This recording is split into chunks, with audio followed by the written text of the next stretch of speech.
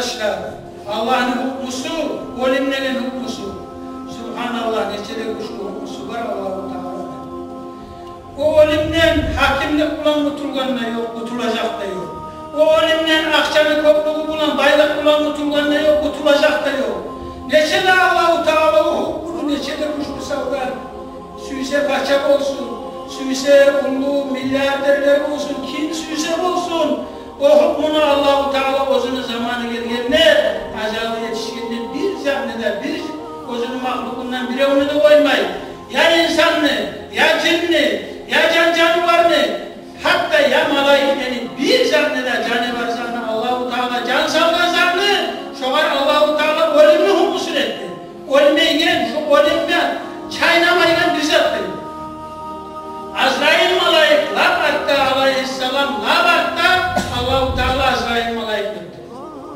Azrail malaik dedi, bar nazar bitti, öldü, bar da malaikler öldü, bar da öldü. Allah-u Teala'nın aldığına gelir, Allah-u Teala'yı tamam bakıyordu, kuzu bekbile durup Allah-u Teala. Kim kaldı demeydi? Azrail malaik. Azrail malaik Vakilta antel hayyullezî lâ yemût ve vakiltu ana. Bir de olmayan sen ne kaldın Allah? Ben ne varman, ben ne kalgamam demek. O zaman Allah-u Teala'yı da şu Azrail malaik sen, hani sen ne ol demek. Ben seni yaratkan edim şu iş için. Hani sen ne oldu? Azrail malaik dolu. Bir de canı varsa kalmayı biter. Yalnız olmayan her zaman sağ duralan Allah-u Teala'dan gayrı zat yok. Şu zaman Allah-u Teala aytacak limanil mulkul yavma bugün yeslik kimgedir de Allah-u Teala sorağı verecek. Soru sorağına cevap vermenin bir de canı var zat yok. Ozu cevap verecek. Lillahil vahidil kahhar. Bir bundan dağı güç edip kalan bardak altına Allah verir bu yeslik demektir. Şolay hukmusu var Allah-u Teala'nın olimleyen kardeşler. Şu olim yetişkinde bizge imanımız bulan ölme bari bizge de Allah nasip etsin kardeşler. Zumma yuhyikum ney Allah-u Teala şu ayetinin navuzunu sildi. Sonra Allah-u Teala sizi tirgizecek. Öldürüp bittirip koymayı Allah-u Teala. Allah-u Teala kaytarıp kıyamet gün özünü aldığına kalını tirgizer. Var da şu malaiklerden başlar, insanlar, cinler, var da hayvan, canavar, var da zannı, canı var zannı Allah-u Teala öldürgeyi kaytarıp özünü aldığına da durulacak. Kıyamet gün.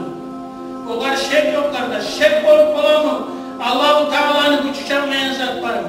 Yok yerden Allah-u Teala yarattan son, çiligen su yerden Allah'ı kaytarmanı zat. Şolay Allah-u Teala'nın aldığına yere turalan günümüz var arkadaşlar. Şu günümüzünü unutup yaşayanlardan bizimle, bizim zürriyetlerimizle Allah etmesin. Şu günümüzünü unutmayın. Şu Allah'ın aldığına yere turalan günümüzünü unutmayın. Yaşamaya bizge de, bizim zürriyetlerimizle de, her bir Müslümanla da Allah nasip etsin kardeşler. Ama o kıyamet günü kardeşlerim, onlar akça da yok, onlar bohça da yok, onlar tanışlık da yok, onlar bilişlik de yok. Onlar bir evde kutulup olmayı bir zat bulan kıblesi. Bir zat var kutulan kıyamet gün ve hayru zâdi takva. Azım ne yakşısı Allah'tan korkmaktır.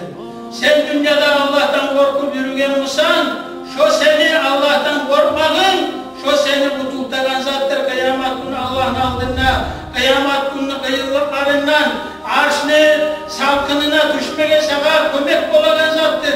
Cehennemden unutulma sana kömek olagan bir zattır. Şu da Allah'tan korkmaktır. Şu Allah'tan korkmak da şunlar dünyada olagan zattır. Şunlar Allah'tan korkup biz yürürsek, şunlar Allah'ın aldığında biz şu kıyıllı, şu işçi bunu kıyıllığından da oturup Allah'ın arşını salkınına da bulabiliriz. Şu cehennemin kulu kıyıllığından da azabından da kurtulabiliriz. Allah nasip etsin. Allah'tan korkup yürüme kardeşler. Allah'tan korkmak ne bulan hasıl olar? Allah'tan korkmak hasıl olar. Allah et degenini etip, Allah koy degenini koysa, şunu bulan hasıl.